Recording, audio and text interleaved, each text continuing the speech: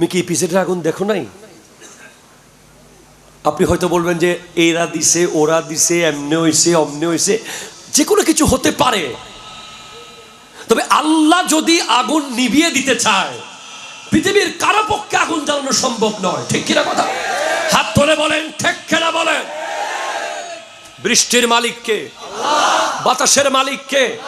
সাগরের মালিক কে?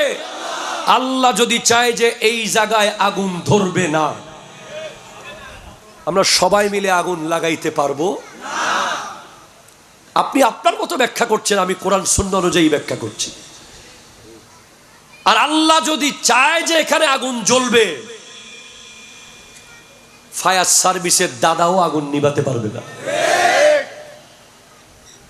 আপনি কি বলেন? আমি অবাক হয়ে গেছি। এক পর্যায়ে গিয়ে ফায়ার সার্ভিস বলছে, we are sorry, we have nothing to do. আমাদের পক্ষে সম্ভব নয়।